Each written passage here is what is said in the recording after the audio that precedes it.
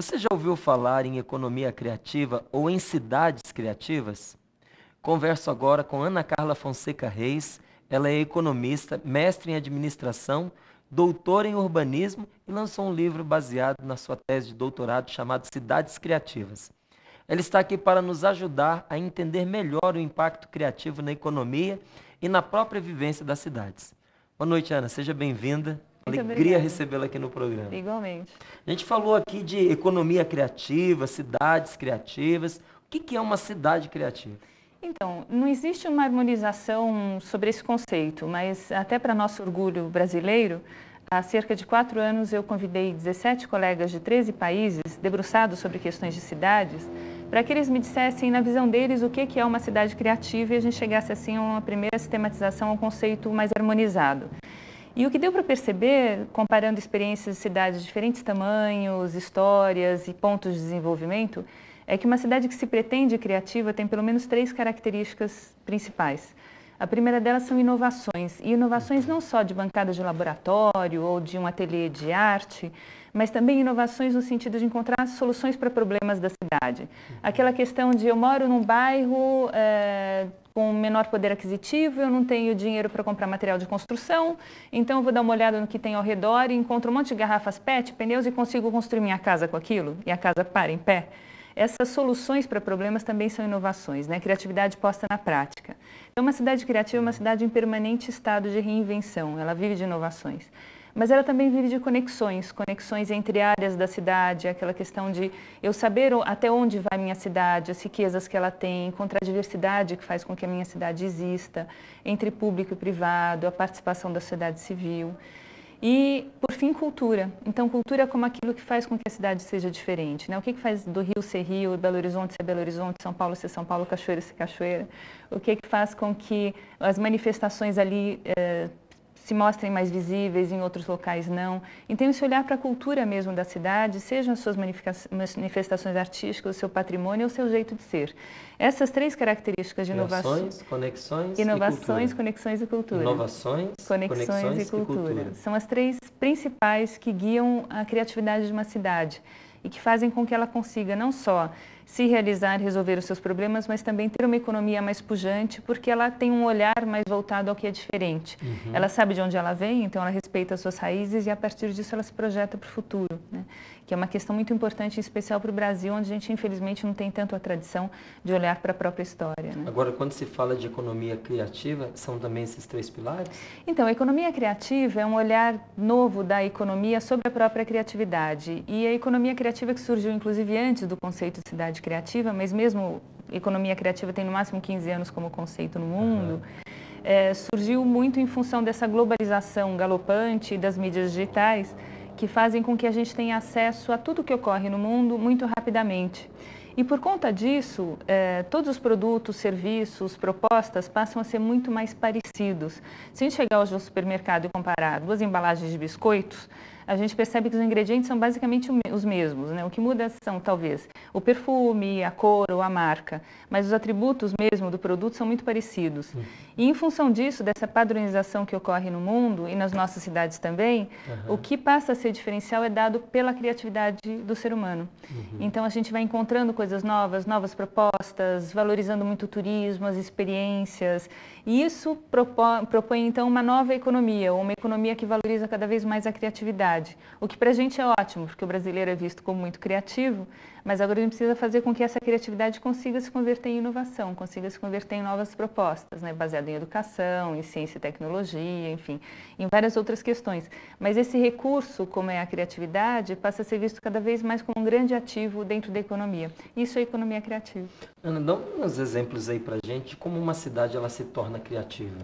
Então, a proposta de cidades criativas é muito em trabalhar esses 3 pilares de inovações, conexões e cultura a partir do que a cidade tem.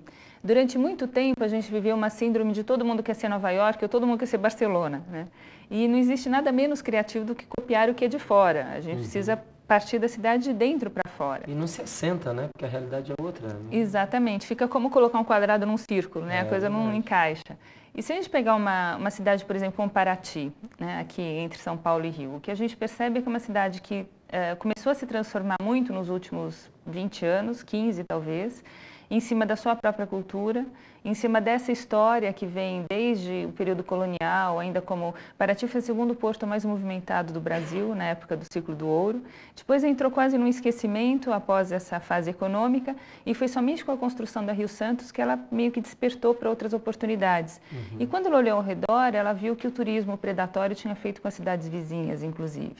E foi buscar nela mesma, nas suas tradições, nos seus ofícios de marinharia, nas conexões que existiam entre a cidade e o seu entorno, forças para se renovar. Então, Paraty é uma cidade que vem bebendo muito de criatividade, juntando o que é cultura, o que são as tradições, o que é a festa literária, inclusive a Flip, o turismo que vem entre Rio e São Paulo e agora cada vez mais atraindo o mundo. Mas há outras cidades, como por exemplo uma cidade muito singela, de 5 mil habitantes, chamada Guaramiranga, no Ceará, a 100 quilômetros de Fortaleza, que conseguiu se reinventar a partir de um fio que é o Festival de Jazz e Blues de Guaramiranga, do Festival de Teatro, ou seja, olhando para si mesma e descobrindo o que eu tenho de diferente, o que pode atrair as pessoas para cá. Legal isso. É ótimo, é uma experiência muito bonita porque a gente vê como a sociedade civil se engaja nessa transformação, não é uma coisa de cima para baixo, né? Eu falo assim, o que eu de fato tenho de diferente? O que faz com que eu seja uma cidade como as outras não são? E esse olhar para o próprio contexto é muito rico, porque você começa a perceber as tradições que podem se converter, inclusive, em recursos econômicos, como o pastel da Dona Maricota, que é cor de abóbora e vai para o forno e vira azul. Eu falei assim, poxa, nenhum outro canto do mundo tem esse pastel. E a gente começa a fazer, então, um mapeamento desses saberes, fazeres, dessas riquezas, que transformam essa criatividade em recurso econômico. É interessante, porque é um exemplo tão simples, mas que tem expressão no mundo inteiro. Então, hoje, por exemplo, quando se fala em Portugal, em Lisboa, se lembra daqueles pastéisinhos de Belém, não é? É uma coisa que transcendeu as fronteiras do país. É verdade. Aqui no Brasil, aí, as nossas comidas típicas, não é?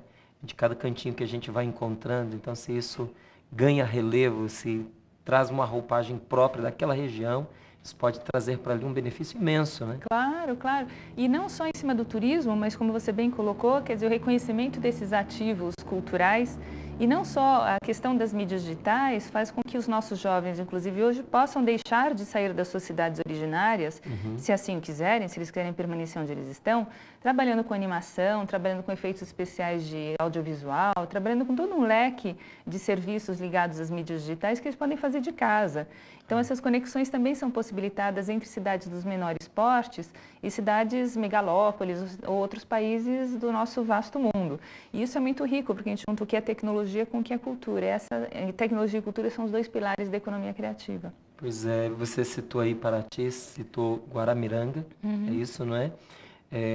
Vamos falar um pouquinho sobre essa cidade na qual a gente está, não é? São Paulo é uma cidade criativa? Então, esse é um estudo muito interessante, porque a complexidade que é São Paulo, né? São Paulo é um conjunto de, talvez um arquipélago de bairros.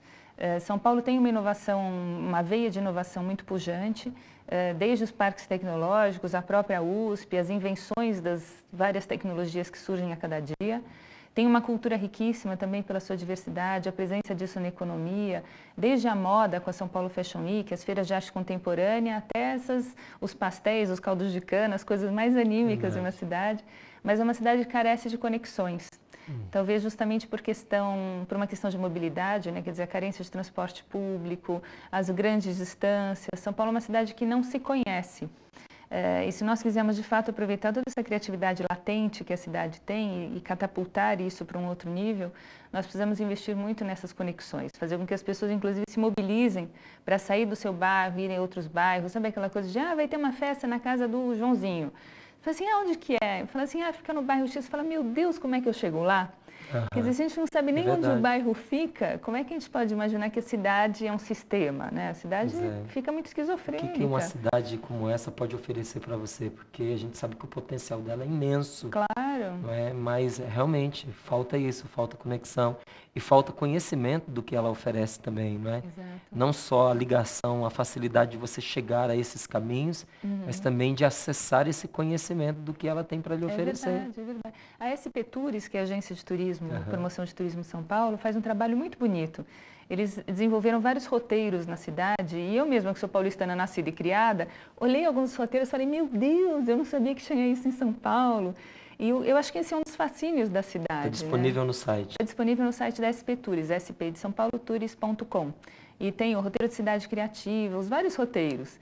E é uma delícia, porque a gente passa a ser turista na própria cidade, né? Começa a descobrir tantas coisas boas, porque senão o paulistano, por adoção ou por nascimento, acaba só se defrontando com o que a cidade tem de complicado, né? O trânsito, a poluição, e não curte o que ela de fato tem de bom. E eu acho que esses novos olhares são muito favoráveis. Cada final de semana a gente vê isso manifesto, né? Porque o paulistano sai de São Paulo. Inclusive é um transtorno para o próprio paulistano. Porque você vê o sofrimento que é... Eu sempre faço o caminho inverso. Normalmente quando estão saindo de São Paulo eu estou chegando, que é na sexta-feira à noite. Quando estão voltando para São Paulo eu estou indo. Mas olha quantas vezes ali pela Ayrton Senna, pela própria Dutra... a gente vai vendo ali o sofrimento que é aquele trânsito parado, porque todo mundo faz a mesma coisa. Chega o final de semana, abandona a cidade. E por quê? Às vezes, justamente por não ter conhecimento dos atrativos, das opções que a cidade oferece. É verdade. O paulistano adora São Paulo no feriado, né? Porque a cidade fica vazia. Fala, ai, que bom, a cidade está vazia, se fosse assim todos os dias. Pois é, e quando tem a oportunidade de não enfrentar o trânsito, vai buscar o trânsito na estrada. Fica com saudades do trânsito lá atrás. O turismo é peça-chave para uma cidade criativa? Olha, o turismo contribui muito por várias questões. Primeiro porque, claro, o turista passa a trazer um novo olhar, né, que é o olhar de quem vem de fora. E isso muitas vezes faz com que nós reconheçamos as riquezas que nós temos. Sabe aquela questão de você morar numa rua há, sei lá, 10 anos e de repente você recebe algum colega de fora e ele diz, nossa, que linda essa rua, cada quadra tem uma cor diferente pela florada das árvores e você que está ali há tanto tempo... Não via, né? Fazia parte da paisagem e era tão comum que você não via mais. Então o turista traz esse olhar externo. Mas também quando o turista vai, seja ele doméstico ou internacional, ele se torna o embaixador da cidade se ali ele tiver tido uma experiência interessante. E daí ele fala com outros turistas que também vêm. E esse turista não só por questões culturais, mas também de impacto econômico é muito importante. Isso a gente observa, por exemplo, em uma cidade como São Paulo, né, que é quem mais recebe turistas no Brasil, de lazer ou de negócios, mas quem mais movimenta esse trânsito de pessoas, de novos olhares e essas conexões que vão se formando. Então, se uma cidade criativa é uma cidade que também se beneficia de conexões, o papel do turista é muito importante. Desde a singela Guaramiranga com seus 5.000 até uma megalópole como São Paulo, que na grande São Paulo tem mais de 20 milhões. Né?